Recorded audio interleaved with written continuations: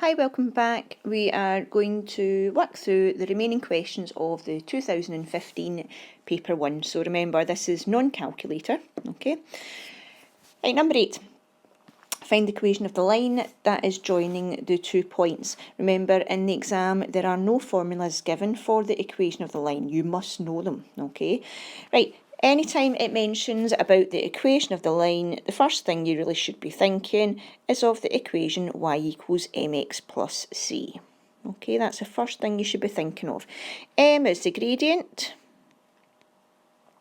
and the c value is your y-intercept, okay? Now, to get the gradient, we have to use the gradient formula. The gradient formula, again, another formula that is not given on the exam paper. The gradient formula is the y2 minus the y1 over x2 minus x1. Okay, the difference in the vertical values and the difference in the horizontal values, vertical over horizontal. Both these formulas neither are given on the exam paper. You must know both.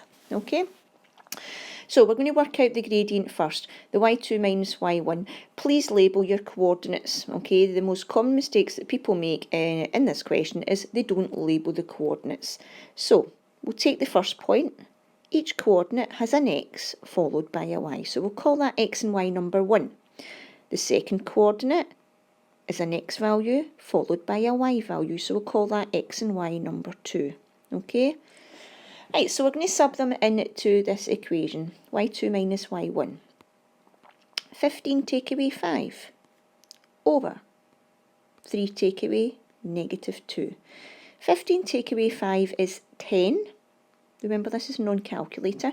3 take away negative 2. When you subtract a negative number, you actually add the numbers on. Okay, so 3 plus 2 is 5. 10 over 5, 10 divided by 5, make sure it simplify, okay? 10 over 5, 10 divided by 5 is just 2. So the gradient is 2. We're now going to use this equation of the line y equals mx plus c. Wipe that out. Y equals mx plus c. Now there are two different ways of completing the rest of the question to find the equation. If you would have done this slightly different, just pause the video, work it out your way and double check, make sure you get the same answer. Okay, right, so we know m is 2, so really what we've got here is y equals 2x plus c. That's our equation. Now the way that I would work out the c value, because we don't obviously have a diagram, if we had a diagram we'd be able to see the y-intercept. The c value can be worked out by subbing in one of the coordinate points. We've got two different coordinate points. The easiest is choose a coordinate point, if you can, that avoids a negative number. It just keeps the numbers simpler. Okay, so I'm going to choose the point 315 to sub in. That is our x value and that is our y value, and I'm going to sub this in the correct place in this equation of a line.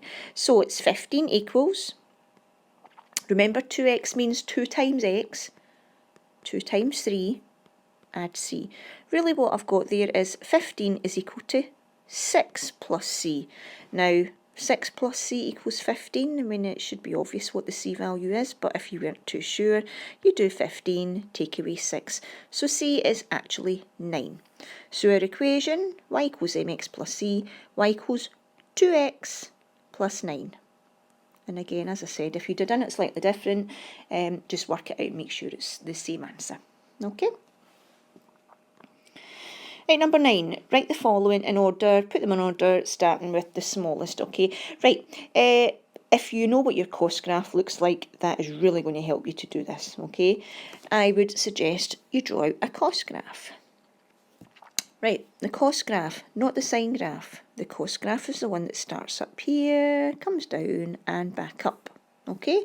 It ends at 360. It goes up to 1. And it goes down to negative 1, and that's your 0 in the middle.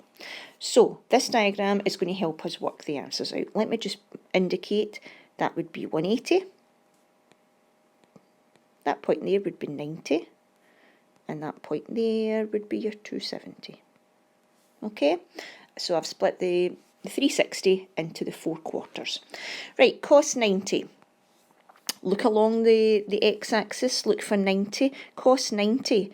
It's right bang on the line, it's 0, right? Cost 90 is actually 0. Okay, I'm using the diagram to get an approximate answer. Cos 100. 100 is just a wee bit past 90. 100 is about there. Okay, now if I look at the graph, you can see the graph dips below. Once the graph goes past that 90 on your x-axis, it dips below. It's a negative number, right? I don't know what negative number it is, but let's make a wee approximate, a wee estimate, right? Cos 100. It's not as much as negative 0.5. We'll just say it's negative 0.3 or something. It's something negative anyway, okay? Cos 300. Cos 300 is here. There's 300, it's about there, okay? Quite a wee bit past the 270. The 270 is this point here, so cos 300 is up there somewhere. It's definitely a positive answer, okay? If I read across, if I was to make a guess, cos 300, right? Might be about 0.4 or 0.5, doesn't really matter, it's positive anyway. Right, so put them in order, starting with the smallest. Which one is the smallest number? Well, that one's a negative number, so cos 100 is definitely the smallest one. That's the only negative one there. That's a 0 and that's a 0.5, so the next smallest one would be the cos 90 because that was 0. And the cos 300 is the biggest one because that's a positive number, it's about 0.5, okay? So what I've done is I've used the graph to make rough estimates of each of these values and put them in order, okay? Number 10. Let's see, 10 couples took part in a dance competition. They were given a score, and these are the scores. This is their first round scores. Calculate the median and the semi-interquartile range.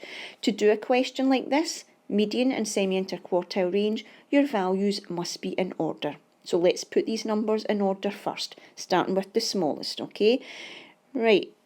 I think 12 is the smallest. Yes, I think 12 is the smallest. I'm going to put a wee line under each one as I go, just to make sure I've got them all. I think we've got a 16, we've got a 17. Let's see if we can get this. We've got two 18s next. Yep, two 18s. No 19s, 20s, a 21 and a 22. A 26 and two 27s. And I'm just going to count those numbers just to double check. 1, 2, 3, 4, 5, 6, 7, 8, 9, 10. That's us, okay? The median. Now, I'm hoping you're working out this a wee bit ahead of me. You should be thinking median, middle number. Work your way from the outsides into the middle and find the middle number. Now, because there's 10 numbers, 1, 2, 3, 4, 5, there's actually two numbers in the middle. 1, 2, 3, 4, 1, 2, 3, 4. Both of these numbers are in the middle. The median is not the two of the numbers. The median is the middle of the two numbers. The numbers, see if that was 18 and 20, the median is 19, okay? A wee bit more difficult to work out. To work out the middle of two numbers, you're working out the average of the two. Add them up and half it, okay? That adds up to 39. What's half of 39? Okay, it's 19.5. Okay, or another way you could have done it was, what's the difference between 18 and 21? The difference is 3, half of 3 is 1.5, add 1.5 onto the 18, and it still gives you 19.5, okay? Right, semi-interquartile range, this is where you need to work out your upper and your lower quartiles, okay? The quartiles, let's see, right, that's the middle, okay? Q1 and Q3 sometimes we call them. There's the middle of the bottom half of numbers, okay? So Q1, and again, you don't have to annotate it, you don't need to call it Q1 as long as you work out the numbers. Right, your top list of the top 5 numbers, 26 is the middle one of them, okay? And again, as long as you identify the two numbers. Right, to get the interquartile range, the range is the difference between the highest one and the lowest one. So what we're doing is, we're doing 26 take away 17, and you'll notice it's called the semi-interquartile range. You need to half that answer, okay? 26 take away 17 is 9, half of 9, 4.5. And that's our answer. Okay. Oh, we've got a part B. Right, in the second round, the median was 26 and the semi-interquartile range is 2.5. Make two comparisons. Right, okay, let's have a wee look. Right, median, I'm going to write, so this is round 2. Median, I'm just going to have to go back to get our original values. Median and semi-interquartile range. So this is round 2. The median's 26 and the semi-interquartile range is 2.5. I'm going to go back a page and work out our first round numbers. The median 19.5 and the 4.5. So in the first round, what was it again? 19.5 and 4.5. So, make two valid comparisons. Right, what you are not allowed to do, most common mistake made, is just simply say, round 1 has a lower median. Yeah, it does have a lower median, but that's not correct. That is not all you can say, okay? You need to go a wee bit more in detail on that. And also, you're not allowed to just say the semi-interquartile range for round 2 is lower. Right? These two statements, while they're correct, you need to say exactly what it means.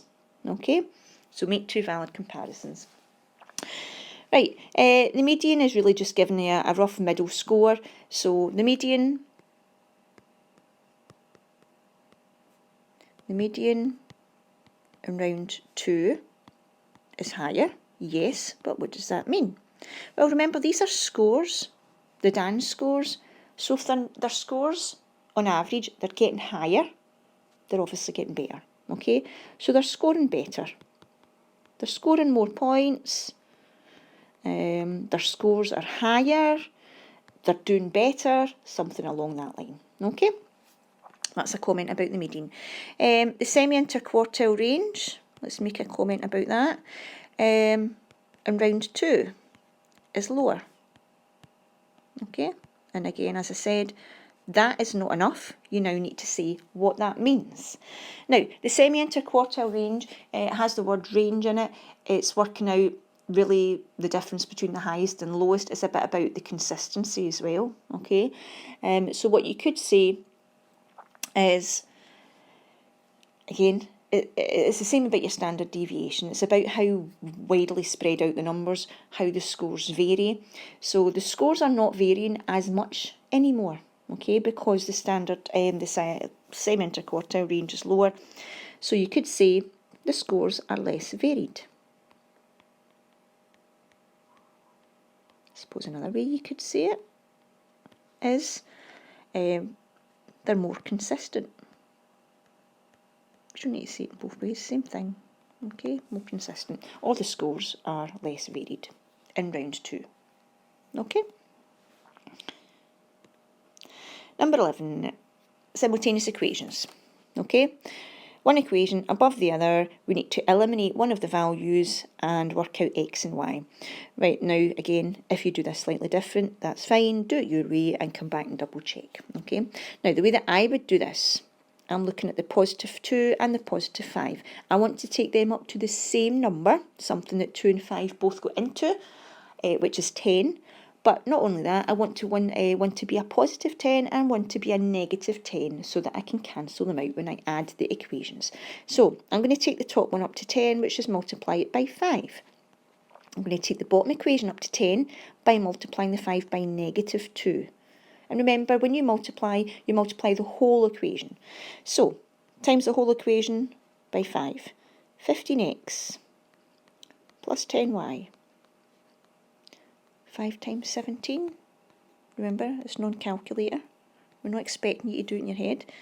35, 85. Second equation, multiply it all through by negative 2. Negative 4x. Negative 10y. Negative 8. Okay? Remember, the reason we do this is because when we add the two equations together, the positive 10 and the negative 10y, they cancel each other out. So we're going to add up your x's. You've got 15x and you have to add negative 4. If you add negative 4, really what you're doing is 15 take away 4. So that's 11x. The y's have gone. 11x is equal to 85 add negative 8. 85 take away 8. 77. Okay. Now remember, it's non-calculator. I'd be thinking here, yep, that looks good. It's definitely going to work because 11 goes into 77. To find x, you do 77 divided by 11. So x is 7. Okay, that's our x value. This is not finished, remember. When you're solving simultaneous equations, you have to find the value of both of the unknowns, so the x and the y. To find the y value, take your x, which we've worked out as 7, and sub it in to one of the equations. I'm going to sub it into the second equation, just simply because the numbers are a wee bit lower. If there was an equation that had a negative number in it, I would avoid choosing that one to sub it in, just makes it a bit more complicated. Okay, so x is 7. So remember, 2x means 2 7s. 2 times x, 2 7s. Plus 5y equals 4. 2 7s are 14. Plus 5y equals 4. How do you get 5y? Well, you do 4. Take away 14. 5y would therefore equal negative 10. Now, if 5y is equal to negative 10, how do you find what y is? You divide the negative 10 by 5. Okay? Negative 10 divided by 5. 10 divided by 5 is 2. So 10 divided by negative 5, or, sorry, negative 10 divided by 5. Same thing, it's negative 2. So the question says, solve the system of equations. So what we have is x equals 7 and y equals negative 2. That's our solutions. If slightly different, this asked for, here are the two equations of lines. Where do they cross? You would write your answer as a coordinate. It's not asking for the coordinate, but if it did, that is what you would write. You'd write your x value followed by your y value as a coordinate. Number 12, simplify. Right, most common mistake. Do not score out x squares and x squares. Do not. That is not how you do this. Okay? To simplify algebraic fractions, you factorise the top and you factorise the bottom. And if you see a factor on the top that's identical to a factor on the bottom, then you can cancel them out. So we're going to factorise the top, okay? Factorise the top. The top line here, x squared minus 4x, is a common factor. Take out the common factor of x. Remember, common factor is just one bracket, okay? A set of brackets. If you take out x, we need another x times x for your x squared, and a subtract 4, okay? Now we're going to do the same thing on the bottom, although it's not going to be a common factor. I'm hoping you're looking at the bottom line and thinking, yep, it's one of these ones here. Now, if we do this correctly, we should have a bracket on the top, a factor on the top, a factor on the bottom that is identical. Right, it's likely to be an x minus 4 on the bottom, okay? And when you do that, they will both, x minus 4s, will both completely cancel out. Right, so on the bottom, trinomial or a quadratic type factorising. We're looking for two numbers that multiply to negative 20. Two numbers that multiply to the end here. Two numbers that multiply to negative 20. Negative 2 with positive 10. Yep, they multiply to negative 20. But do they add up to how many x's we have? How many x's do we have here? It doesn't have a number in front of the x, but remember that stands as a positive 1. Do they add up to positive 1? No, they don't. That's not going to work. Right, 4 times 5 is 20. Negative 4 times positive 5. Yep, they'll multiply to negative 20. Do they add up to positive 1? Negative 4 add a positive 5. Yes, they do add up to 1. Okay, see if I had negative 5 and positive 4, they would have added up to negative 1. Okay, just switch the sign. So it's a negative 4, and there we go. As we said, we've got an identical bracket top and bottom. So when you've got an identical bracket top and bottom, x minus 4 completely cancel out, and what you are left with is an x on the top and an x plus 5 on the bottom. And again, like I said at the beginning, do not start scoring out an x off the top and an x off the bottom. That is not what you do. Okay, you can only factorise by simplify by doing a complete factor off the top with a complete factor off the bottom. Okay. Number 13, express it with a rational denominator. Right, let's show you how to rationalise the denominator. What that basically means is get rid of the square root on the bottom. That is what it's saying. Get rid of the square root on the bottom. Now, to do this question, you're using the knowledge that if you multiply root 8 by another root 8, you get 8. Okay? If you multiply root 2 by root 2, you get 2. If you multiply root 3 by root 3, you get 3. Okay? So we're using that knowledge to get rid of the square root. So we're going to multiply the bottom by root 8, because when they multiply, you just get 8. But we're not allowed to just multiply the bottom by root 8, we need to multiply the top by root 8 as well. So 4 times root 8 across the top is 4 root 8. On the bottom, as I said, root 8 times root 8 is 8. Okay, now there's still a wee bit of simplifying to do here. The root 8 and the 8 on the bottom cannot be simplified. It's a root 8 on the top, and that's a whole number 8 on the bottom. However, the 4 and the 8 can be simplified, just along the lines of 4 over 8 goes down to 1 over 2. Okay, that's what we're doing with the 4 and the 8. So it's going to leave you with a 1 at the top. I'm not going to bother writing the number 1. Okay, I can write 1 root 8, but I'll leave out the number 1. So that's what we're left with. Root 8 over 2. That is not finished, because there's actually something you can do to the top line. I'm just going to write that again. So it's root 8 over 2. Right, you know how to simplify thirds. Root 8, I'm going to do this wee bit down here. Right, root 8, two numbers that multiply to 8. The first one being a perfect square number. 4 times 2 is 8. And root 4, you know, is square root of 4 is 2. So the top line is actually 2 root 2. Okay, simplifying thirds. The top line is 2 root 2 because it's root 4 times root 2. And you will see again there's a further step we can simplify. Again, do not simplify the root 2 with the whole number 2. You cannot do that. Simplify the whole number 2 with the whole number 2. Okay, I suppose you could say they cancel out. Okay, 2 divided by 2 disappear, it's just the number 1. What you're left with is just the root 2 on the top. You don't need to write over 1 at the bottom. So just root 2 is the answer. Okay.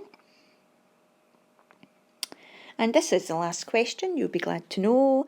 Evaluate. Find the value of 8 to the power 5/3. Okay, again, if your teacher, remember, has shown you a different way to do this, just stop the video, do it your way, and come back and double check you get the same answer. Okay, now when you've got a fractional power or a fractional indices, what this means, and the way that I've shown my class, is keep the number at the top of the fraction where it is. Okay, the number at the bottom of the fraction, the 3, that is the cube root. So really what we're going to do here is we're going to work out the cube root of 8. Don't do 8 to the power 5, right? I don't know what 8 to the power 5. 8 times 8 times 8? No, right, don't do that. Work out the cube root of 8, and then we're going to raise that answer to the power 5. What is the cube root of 8? That means what number do you cube to get 8? What number times itself gives you 8? It's 2. 2 times 2 times 2 is 8. So that means the cube root of 8 is 2. This that I'm putting down here is not needed. Okay? This is me just showing you, instead of just listening to me talk over it. 2 times 2 times 2 is 8. So that means the cube root of 8 is 2. So that's 2. Now we need to do the power 5. 2 to the power 5, remember? And again, it's not needed. Okay, you can do this in your head. 2 times 2 times 2 times 2 times 2. We've got 5 of them. It's not 5 times 2 is 10, remember? 2 to the power 5. 2 times 2 is 4. Times another 2 is 8. Times another 2 is 16. Times another 2, 32 is the answer. Oops, that is a 2. It's a bit strange. 32. Okay, and I think that's the last question. Yes. Right, I'm going to provide you with some questions based on these last 5 or 6 questions. Please let me know if you need help. Right, best of luck.